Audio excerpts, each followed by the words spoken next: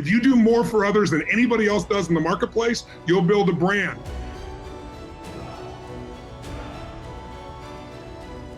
Every day of our lives, we live in a world that is incredibly complex. And you have to remember, we all have a 2-million-year-old brain. And it's not designed to make you happy, it's designed to make you survive.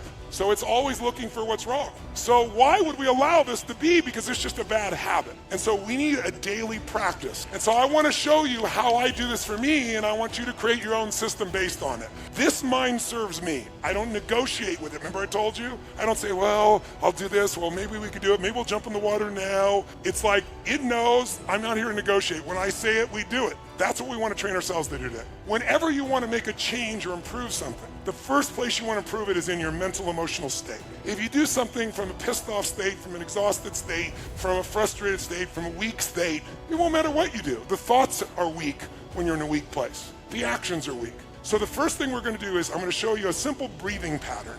And the breathing pattern, if you're familiar with yoga, it's like breath of fire. It's similar to breath of fire. Setbacks and disappointment are an everyday occurrence when you are reaching for a goal. How you deal with these hurdles are what make the difference between failure and success. When you encounter one of these inconveniences, first ask yourself, is that really true? Your mind is your own worst enemy at times, and you can't allow it to make you give up hope. Maybe you are worried about paying a bill because cash flow is low. Is that true? What can you change and do differently to ensure there is enough to pay that bill on time? Many times you will find that no, it wasn't true, and by changing some things around, you can make it happen. Don't forget to be grateful for the things that are going well in your life and allow them to help you keep a positive outlook. You can't feel grateful and angry or fearful at the same time. Put yourself in the right mindset and focus on what is good instead of worrying about what is not. Recommit yourself to achieving what you want each and every day, and keep that vision in your mind until it is done. Real positivity comes from the value achieved by doing more for others than you do for yourself. Contributing to those who need it brings you a real sense of pride and accomplishment that nothing else can, and brings hope and happiness to those who needed it. Something as small as a meal can inspire someone else to make the world a better place. But as you focus on others, don't forget to focus on yourself as well. Take at least 10 minutes out of your day and put yourself in the right place, physically and mentally. Work on your breathing and sharpen your mind with thoughts of positivity and perseverance. You have the time, and if you don't, make room for it. When you are motivated to do so, you can overcome even the greatest obstacles which lie in your way. This could be the greatest time you ever live if you control what you focus on, if you find a more empowering meaning, and if you decide to model the actions of those who succeeded before you. It can be the best financial time, the best emotional time, the best spiritual time of your life, but you better take control of your state. And if you think you're going to do it just by today, you're wrong. You're going to need to get yourself some rituals. Right now, every one of you in this room is controlled by your rituals. I don't just mean this one, I mean every morning you get up. I know your body, I can look at your body right now, and I can guess your rituals. Some of you, your rituals to work out 5 times a week, I can see it clearly.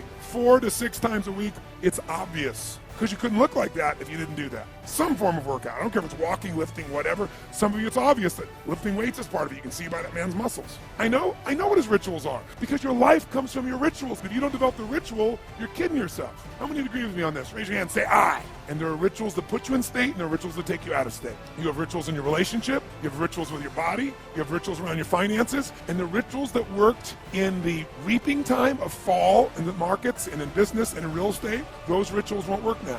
I developed this little system, and the system is really simple, and I tell people now, as I say, number one, every single day, you got to feed and strengthen your mind. Until you do that, you're always going to be in fear, because fear is automatic. The human brain is designed for survival. It's not designed for success. Your brain is not designed to make you happy. That's your job. Right. And the only way you're going to do it is if you feed your mind, because otherwise, weeds grow automatically. My coach, your mentor Jim Rohn used to tell me, so Tony, every day you got to stand guard at the door of your mind. You watch what's going in, because if you're not careful, stuff will go in. And he said, not all the times it's somebody who cares about you. He said, if your worst enemy puts sugar in your coffee, he said, what happens? I said, you got sweet coffee. He goes, what if your best friend by accident, or your family, don't mean to, they drop 1 drop of strychnine in your coffee, you're dead. He said, so life, sugar, and strychnine, and watch your coffee. So every day I decided, I'm old enough, honestly, there was no internet those days. I'm pretty ancient. I used to go to the library because it's the only place you go. And I'd read biographies, I'd read people's lives, and it'd make me go, wait a second, as bad as I think it is, the greatest people in the world had it worse. So there's something here. So you feed your mind. Jim Rohn used to say to me, skip a meal, but don't skip reading. You got in it and you did it so often that it became real. And the bottom line of why I'm here, besides being crazy mofo, is that I'm really in a position, I'm not here to motivate you, obviously, you don't need that. And a lot of times that's what people think I do, and it's the furthest thing from it.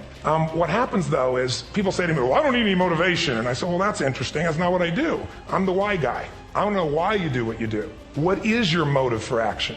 What is it that drives you in your life today, not 10 years ago, or are you running the same pattern? Because I believe that the invisible force of internal drive activated is the most important thing in the world. I'm here because I believe emotion is the force of life. All of us here have great minds. You know, most of us here have great minds. I don't know if I'm in the category, but we all know how to think. And with our minds, we can rationalize anything. We can make anything happen. We can, I agree with what was described a few days ago about this idea that people work in their self-interest. But we all know that that's bullshit at times. You don't work in your self-interest all the time. Because when emotion comes into it, the wiring changes in the way it functions. Thank you for watching. If you enjoyed this video, be sure to like, comment, share, and subscribe for more content.